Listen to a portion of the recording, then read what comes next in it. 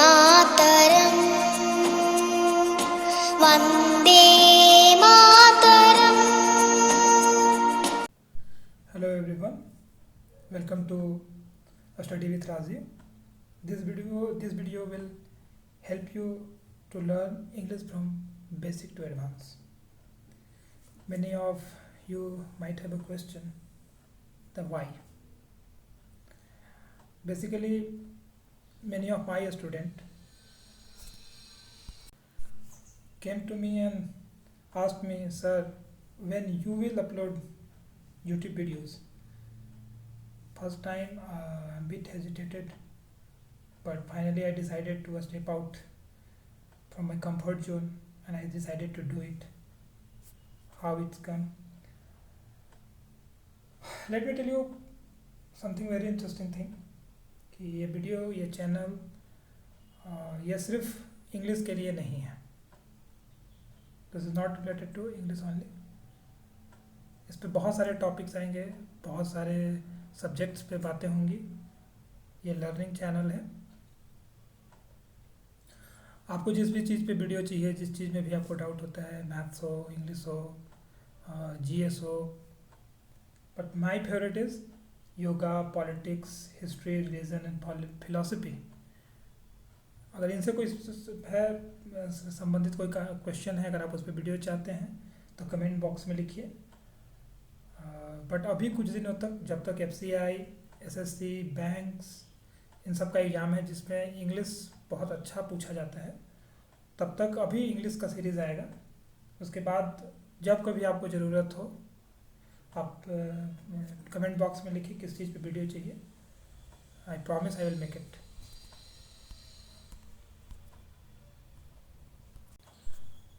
Okay, तो आज के वीडियो का एजेंडा क्या है? आज के वीडियो का एजेंडा ये है कि आपको पहले सिलेबस समझाते हैं कि बेसिकली इंग्लिश को पास करने के लिए, अच्छा मार्क्स स्कोर करने के लिए किन किन बातों का ध्यान रखना है और ये हमारा ये चैनल आपको कैसे हेल्प करेगा. ठीक है? ओके. सबसे पहले ये समझें कि किसी भी एग्ज़ाम में अगर आप ध्यान से देखें, अगर एग्ज़ाम 50 मार्क्स का है, अगर एग्ज़ाम 50 मार्क्स का है तो 50 मार्क्स में 5 नंबर एरर के आते हैं जिसमें ग्रामर पूछता है. एक सेंटेंस होता है, उसमें आपको देखना होता है कि कौन सा पार्ट गलत है, ग्रामेटिकली कौन सा एरर है, वर्ड्स कहाँ गलत लिखे हैं, प्रीपोजिशन कहाँ, आर्टिकल कहाँ मिस्टेक्स, ये सारी चीज़ें. ये सिर्फ 5 नंबर के होंगे. अगर क्वेश्चन 100 नंबर का है तो 10 नंबर के आएंगे, 200 नंबर का है तो 20 नंबर के आएंगे. हमेशा ये 10% के आसपास होते हैं. इसके अलावा फिलर्स हैं और बाकी कुछ सेगमेंट में हो सकता है कि ग्रामर आपसे पूछ लें. बट बेसिकली अगर देखा जाए, बहुत ध्यान से आप अगर सिलेबस को देखें, प्रीवियस ईयर क्वेश्चन देखें, तो आपको ये बात समझ में आता है कि 10% ग्रामर का पोर्शन है. ओनली 10%, अगर ज़्यादा कह लें तो 50% क्वेश्चन जो है वो ग्रामर से आता है.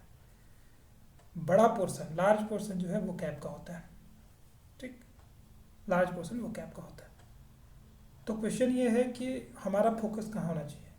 अगर आपको एग्ज़ाम पास करना है then you must think where to focus, how to focus. Okay, so ये चीज़ें मैं आपके लिए करूँगा. ओके, इस वीडियो में आप ये समझेंगे कि वोकेबलरी बिल्डिंग के लिए क्या करना होगा, अच्छे मार्क्स स्कोर करने के लिए क्या करने होंगे, पढ़ते कैसे हैं, चीज़ें याद कैसे करते हैं, और जो टूल्स एंड टेक्नोलॉजी मैं आपको बताऊंगा उसको आप अपने जीवन में कैसे अप्लाई करेंगे, और सिलेबस को कैसे कंप्लीट करते हैं. तो ये सारी बातें हम करेंगे. तो चलिए 1 बाय 1 स्टार्ट करते हैं. देखिए, इंग्लिश लैंग्वेज में अगर आप किसी भी सिलेबस को पढ़ रहे हैं तो इंग्लिश लैंग्वेज में बेसिकली अगर सिलेबस को देखा जाए तो उसके 2 मेन पार्ट हैं. एक तो पोर्शन है जो वोकैब से आते हैं और एक जो पोर्शन है वो ग्रामर के से आते हैं. अब वोकेबलरी का जो पार्ट है, वोकेबलरी का जो भी पार्ट है उसमें रीडिंग कम्प्रीहेंशन होता है, पैराजम्बल्स होते हैं, आपके सिनोनिम्स सिंटोनिम्स होते हैं, और वन वर्ड सब्स्टिट्यूशन होते हैं, इडियम फ्रेजेस होते हैं. ये सारी चीज़ें वोकेबलरी के पार्ट्स हैं. ग्रामर में देखें जो 10% वाला पार्ट है, एरर डिटेक्शन होगा, सेंटेंस करेक्शन होगा, फिल इन द ब्लैंक्स होगा, क्लोज टेस्ट होगा. क्लोज टेस्ट को आप दोनों के साथ देख सकते हैं। बेसिकली हमारा फोकस क्या होना चाहिए अगर आप सिलेबस को देखें तो बेसिकली हमारा फोकस क्या होना चाहिए। नेचुरल हमारा फोकस वोकैबुलरी के पार्ट पे होना चाहिए। अब देखते हैं कि वोकैबुलरी को पढ़ने के लिए क्या रूल्स हैं और इसको हम लोग कैसे पढ़ सकते हैं एक अच्छे तरीके से। आने वाले वीडियोस में मैं एक एक करके सारे टॉपिक्स को पढ़ाऊँगा। रीडिंग कम्प्रीहेंशन के लिए भी हमारा एक सेपरेट वीडियोज़ आएगा, उसमें भी कुछ टेक्नोलॉजी बताएंगे। बेसिकली ये आइडिया ऑफलाइन क्लास के बच्चों से आया, जब हम बच्चों को हम लोग ये देते थे न्यूज़पेपर पढ़ने और कहते थे पढ़ो, तो न्यूज़पेपर पढ़ने के बाद अगर आप उनसे बीच में रोक कर पूछे ना कि आपने क्या सीखा है, तो वो बोलते हैं सर फिर से पढ़ना पड़ेगा। तो फिर उनको सिखाते थे कि वर्ड फॉर वर्ड अंडरस्टैंडिंग लाइए, हर सेंटेंस को समझिए, उसके बाद आगे बढ़िए। तो बहुत सारी छोटी छोटी चीज़ें मैं आपको सिखाऊंगा। रीडिंग कम्प्रीहेंशन का एक अलग वीडियोज़ आएगा, पैराजम्बल्स इसमें सेंटेंस को सेट करना होता है उसका एक अलग वीडियोज़ आएगा। साइनो एंटो के लिए वोकैब का पार्ट ही जो है वो करेंगे, उसमें आएगा। शुरुआत हम लोग छोटे पार्ट से करेंगे जिसको ग्रामर कहते हैं, अभी हम आपको दिखा रहे थे।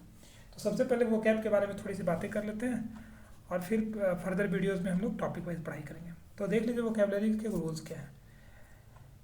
ये रूल्स उन लोगों के लिए भी है जो किसी भी एग्ज़ाम का प्रिपरेशन नहीं कर रहे हैं, इंग्लिश पैशनेट होकर पढ़ते हैं या कम्युनिकेशन के लिए पढ़ रहे, किसी भी चीज़ के लिए पढ़ रहे हैं, उनके लिए हेल्पफुल है।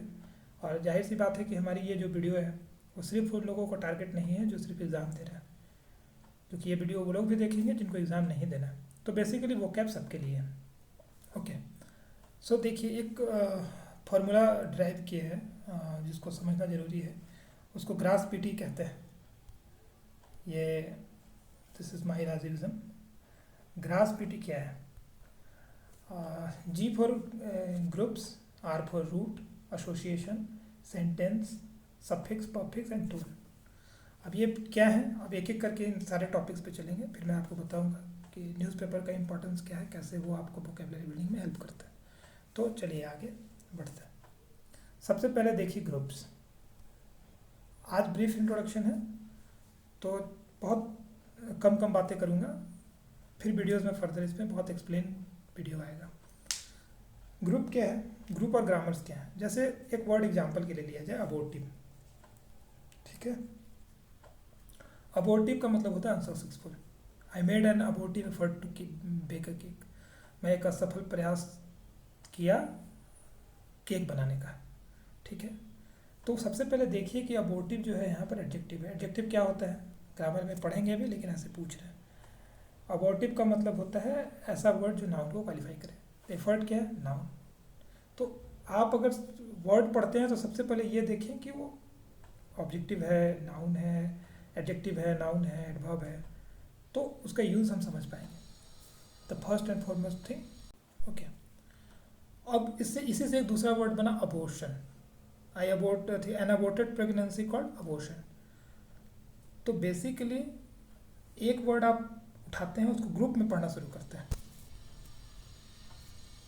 अब आइए बात करते हैं रूट वर्ड के बारे में। देखिए रूट वर्ड क्या है। जैसे एक वर्ड है ऑल्टर। इंग्लिश में बहुत सारे वर्ड फॉरेन ऑरिजिन से लिए गए हैं। तो अगर आप इंग्लिश लिटरेचर के स्टूडेंट हैं तो आपको पता है चौसर के काल से लेके मॉडर्न एरा तक बहुत सारे इंटरमिक्सिंग हुई वर्ड्स में। कुछ लैटिन से लिए गए, कुछ फ्रेंच से लिए गए, और इंग्लैंड जिनका कॉलोनी बना, फ्रेंच फॉर एग्जांपल, तो बहुत सारे वर्ड वहाँ से लिए गए। संस्कृत का इवन वर्ड लिए गए। तो जैसे एक छोटा सा एग्जांपल के लिए आप समझें, जैसे ये वर्ड है ऑल्टरिज्म। ऑल्टरिज्म का मतलब क्या होता है, जो दूसरे का मदद करता है। लेकिन ऑल्टर शब्द का मतलब है अदर। ऑल्टर का मतलब है अदर, ठीक। अब इस वर्ड से हम बहुत सारे वर्ड डिराइव कर सकते हैं, और बेसिक यही वोकैबुलरी को सीखने का सबसे बेस्ट तरीका यही है। अब देखिए इसे कितने वर्ड्स बनाए जा सकते हैं। Altruism, the action look towards the benefit of others, right. दूसरा वर्ड बना है अल्टरिस्टिक, ऐसा व्यक्ति जो दूसरे का मदद करता है। फिर आया अल्टरनेट। अल्टरनेट क्या है, you skip one option and take other. चलिए किसी चीज़ का अल्टरनेट निकालते हैं। Do you have any alternatives, या you don't have any alternatives, other choice. Question आता है ना, अल्टरनेट मेथड, है ना, तो ये दूसरा.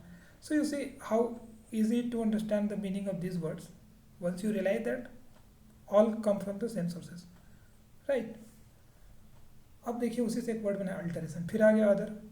अल्टरेशन क्या है? चेंजेस, मतलब एक को छोड़कर दूसरा अडॉप्ट कर लेना, मेकिंग इनटू समथिंग अदर.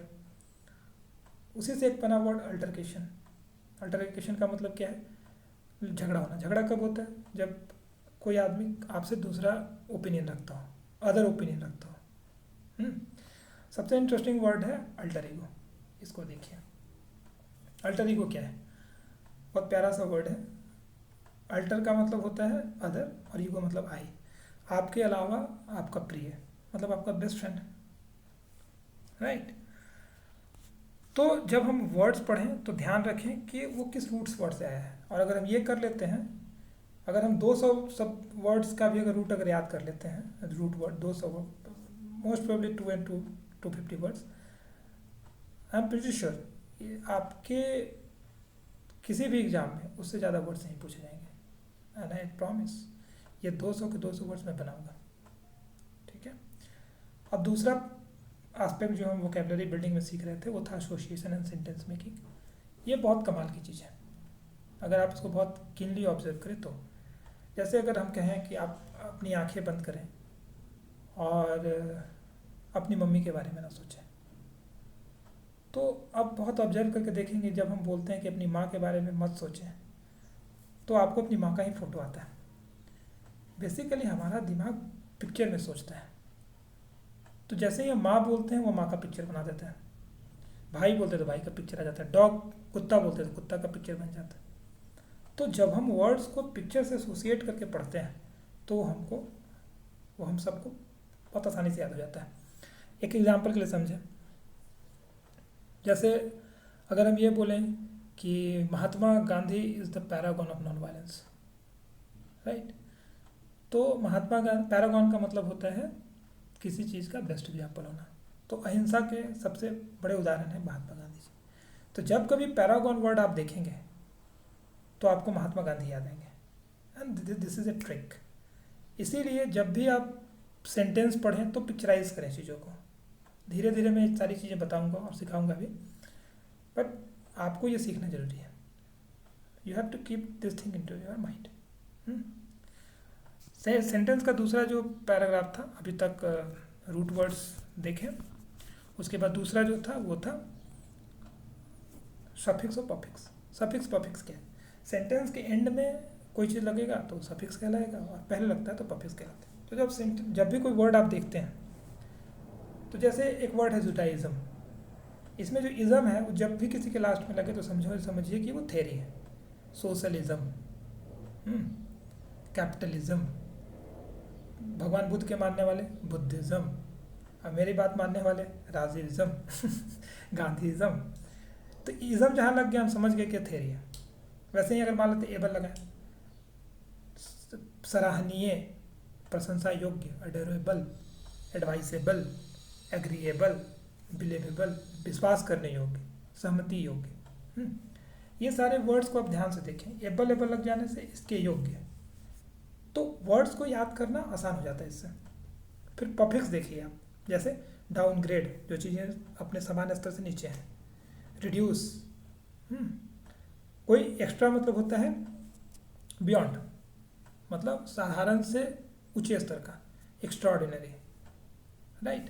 तो पफिक्स और सफिक्स ये चैप्टर्स सारे डिटेल में हम पढ़ेंगे. बस यहाँ एग्जांपल के लिए बता रहे हैं कि जब भी आप वो कैप करें, वर्ड्स करें, तो इन सब चीज़ों का ध्यान रखें.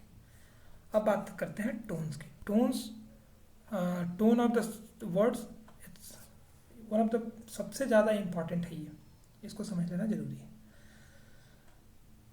टोन क्या है? हर वर्ड्स का कुछ अपना नेगेटिव या पॉजिटिव टोन होता है. जैसे एक एग्जांपल से बात करें, इंग्लिश में एक वर्ड है बिगनर, शुरू करने वाला, और एक वर्ड है नोविस या टायरो. फॉर एग्जांपल ले लेते हैं. अब beginner is a very positive word. Sir please consider me, I am a beginner in the field. That's a positive कि I am learning something, I am new. लेकिन अगर हम टायरो या नोविस बोले तो इसका मतलब है negative. Sir let him ignore, he is a टायरो, he is a novice. अब अगर जिसको जो सेंटेंस जो वर्ड्स को रट के गया एग्जाम देने, या इंटरव्यू देने गया हो और वो ऐसे ही रटा हो, मीनिंग रटता हो उसका हिंदी, तो वो गलती करके चलाएगा।